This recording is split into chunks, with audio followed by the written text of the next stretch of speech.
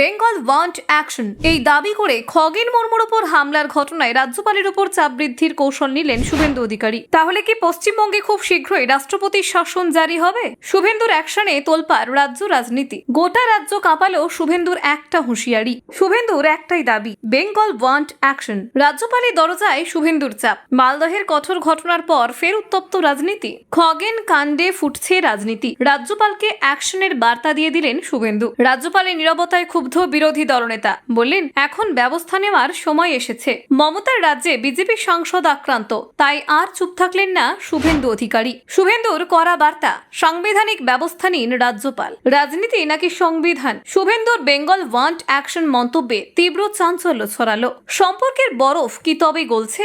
রাজ্যপালকে আবারও চিঠি দিলেন শুভেন্দু। খগেন কাণ্ডে রাজনৈতিক দাবার বোর্ডে নতুন চাল ফেললেন শুভেন্দু। রাজ্যপালের অ্যাকশনের অপেক্ষায় রয়েছে বিজেপি। পরিস্থিতি ঠিক কোন দিকে এগোচ্ছে দেখুন। রাজ্য রাজনীতিতে ফের উত্তেজনার পারদ চড়েছে খগেন মুর্মুর ওপর হামলার ঘটনায়। বিজেপি সাংসদ খগেন মুর্মু ও বিজেপি বিধায়ক শঙ্কর ঘোষকে উত্তরবঙ্গে আক্রান্ত হওয়ার পর থেকেই রাজ্য জুড়ে শুরু হয়েছে রাজনৈতিক তরজা। এই ঘটনায় বিরোধী দলনেতা শুভেন্দু অধিকারী রাজ্যপালের ভূমিকা নিয়ে সরব হয়েছেন। তার মন্তব্য, এখন সময় এসেছে রাজ্যপালের সাংবিধানিক ক্ষমতা প্রয়োগের। সাংবাদিকদের মুখোমুখি হয়ে শুভেন্দু বলেন, বেঙ্গল ওয়ান্ট অ্যাকশন। এই এক বাক্যেই যেন তিনি রাজ্যপাল সিভি আনন্দ বোসের ওপর এক প্রকার চাপ সৃষ্টি করতে চাইলেন। রাজ্যপালের সঙ্গে শুভেন্দুর সম্পর্ক বরাবরই চড়াই উতরাইয়ের মধ্যে দিয়ে গিয়েছে। প্রাক্তন রাজ্যপাল জগদীপ ধনখড়ের আমলে শুভেন্দুর রাজভবনের সঙ্গে নিবিড় যোগাযোগ ছিল। কিন্তু 2022 নভেম্বর মাসে যখন সিভি আনন্দ বোস রাজ্যপালের দায়িত্ব নেন, তখন থেকেই তৈরি হয় দূরত্ব।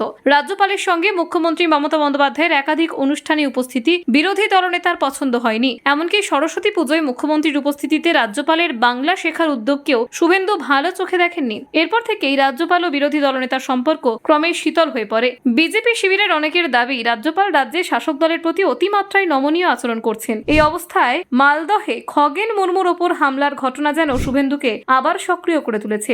রাজভবনকে ফের রাজনীতির কেন্দ্রবিন্দুতে নিয়ে আসার কৌশল নিয়েছেন তিনি। বিধানসভা ভবনে উপস্থিত হয়ে শুভেন্দু বলেন, এখন রাজ্যপালের দায়িত্ব রাজ্যের মানুষকে রক্ষা করা। সাংবিধানিকভাবে ব্যবস্থা নেওয়ার সময় এসেছে। তিনি মনে করিয়ে দেন, এর আগেও রাজ্যপাল মুর্শিদাবাদে হরগোবিন্দ দাস ও চন্দন দাসের মৃত্যুর ঘটনায় সতর্ক করেছিলেন যে ভবিষ্যতে এমন ঘটনা ঘটলে তিনি কঠোর পদক্ষেপ করবেন। শুভেন্দুর বক্তব্য, এখনই সেই সময় এসেছে। রাজ্যপালকে তার কথার মান রাখতেই হবে। রাজ্যপালের উপর শুভেন্দুর এই চাপ সৃষ্টির কৌশল অনেকের কাছে রাজনৈতিকভাবে তাৎপর্যপূর্ণ। বিজেপির এক বিধায়ক বলেন, গত কয়েক বছরে বিরোধী দলনেতা প্রত্যেকটা অত্যাচারিত মানুষের পাশে গেছেন ধর্ম বর্ণ না দেখে। বগটুই হোক বা মুর্শিদাবাদ, তিনি সব জায়গায় গিয়েছেন। তাদের মতে শুভেন্দু এবার রাজ্যপালকে দায়িত্ব স্মরণ করিয়ে রাজনীতিতে নতুন ভারসাম্য তৈরি করতে চাইছেন। তবে শুভেন্দু স্পষ্ট করেছেন, আইন শৃঙ্খলা রাজ্যের এখতিয়ারভুক্ত, তাই কেন্দ্রীয় সরকারের কিছু করার নেই। তার দাবি, আমাদের লড়াই রাজ্যের মধ্যেই হবে। রাজ্যপাল সাংবিধানিকভাবে পদক্ষেপ নিলেই ন্যায় প্রতিষ্ঠা সম্ভব। এই বক্তব্যে স্পষ্ট, শুভেন্দু রাজ্য প্রশাসন ও রাজ্যপালকে মুখোমুখি দাঁড় করাতে চাইছেন। Bureau report, news prime Times.